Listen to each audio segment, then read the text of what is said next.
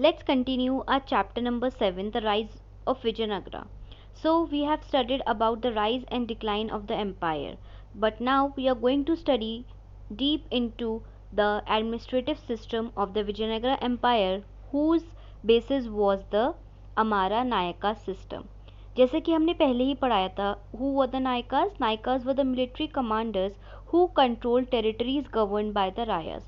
सो जो रायाज होते थे, किंग्स होते थे, इन ल्यू ऑफ सैलरी ना दे के what they used to do is that, जो नायकाज होते थे, जो मिलिट्री कमांडर्स होते थे, they used to give them certain part of land. वो उसको लैंड का पार्ट देते थे और the chiefs used to move on these lands and all the peasants who were basically on that land, they came under the supervision of the Nayakas. So the Nayaka system was a major political innovation of the Vijayanagar empire. These were basically the military commanders, and their major function was to collect taxes and other dues from peasants, craftspersons and traders in that area. Apart from it, they also retained part of the revenue for personal use and for maintaining a contingent of horses and elephants. वो लोग revenue का part रखते थे अपने जो पूरा area है उसको मेंटेन करने के लिए और अपनी मिलिट्री को मेंटेन करने के लिए, ताकि जब किंग को जब भी ज़रूरत हो उनकी मिलिट्री की, तो उनकी मिलिट्री हमेशा रेडी हो. Some of the revenues that they used were for maintenance of temples and irrigation work of their particular areas as well.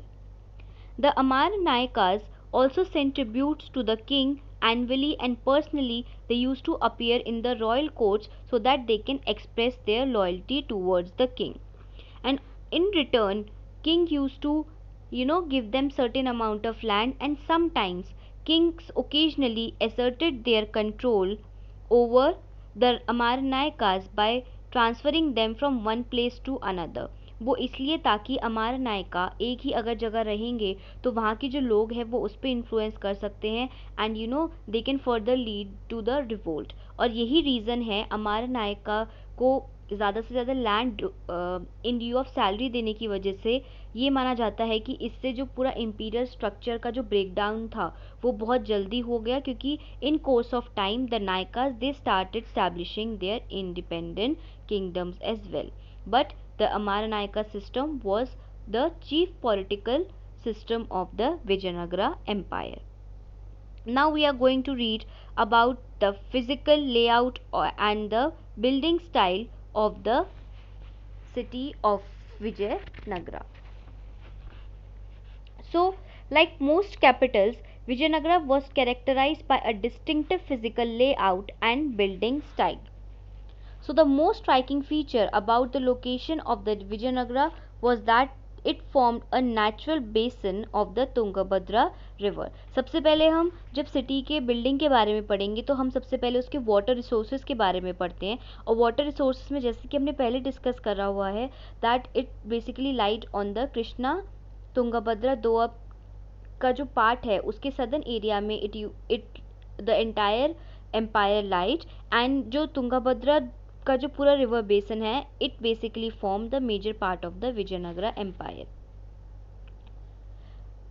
In most of the cases, because the area was of the arid type, therefore embankments were built along the streams to create reservoirs of the different sizes. Also embankments were made so that the rainwaters could be stored and it can be used by the people living in the city. The most important such tank was built in early years of the 15th century, and it is now called the Kamalapuram tank. Water from this tank irrigated fields and also provided water to the royal center. One of the most prominent waterworks to be seen among the ruins of the Vijayanagar is the Hiraya Canal. This canal drew water from a dam across the Tungabhadra and irrigated the cultivated fields that separated the sacred center from the urban core. So basically sacred center और urban core को जो पूरी आप बोल सकते हो कि canal separate करती थी, वो कौन सी थी? हिराया कैनाल। और ज़्यादातर जो ये कैनाल्स है इनका construction they were being patronised by the kings. So we can see that the water resources were being properly maintained by the rulers or the rayas of the Vijayanagar. Second, we are going to talk about the fortification and roads. According to Abdul Razak, who was an ambassador sent by the ruler of Persia to Calicut in the 15th century, he was greatly impressed by the fortification and mentioned 7 lines of fort. These encircled not only the city but also its agriculture, hinterland, and forest. The outermost wall linked the hills surrounding the city, and it basically consisted of the agriculture fields. The most significant feature which was noted by Abdul Razak was that the enclosure of the agriculture tracts.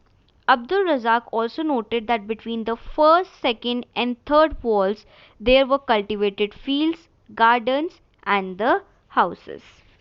Further, these all things, that is, these all circles were actually connected from one another through the big gateways which were basically made with the Indo-Islamic style.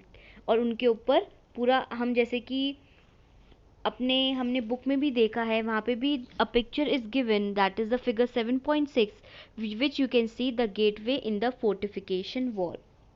Now, most important question arises is that why do you think that agriculture tracts were incorporated within the fortification area? वो इसलिए क्योंकि जैसे कि हमने पहले भी notice किया था कि Vijayanagar was continuously engaged in warfare. So therefore, sometimes these sieges could last for several months and sometimes even years. Therefore, the rulers of Vijayanagar adopted a more extensive and elaborate strategy of protecting the agriculture belt itself by making the fortifications. So the second line of fortification, it ran around the inner core of the urban complex, and the third round basically surrounded the royal center. Also, gateways were distinctive feature of architect at that time, and the arch of the gateways which leaded to the further fortified settlement in the Vijayanagar Empire. Archaeologists have also studied that within the city, all those leading out of it, that there were proper roads built there. These have been identified by tracing paths through gateways as well as from the pavements.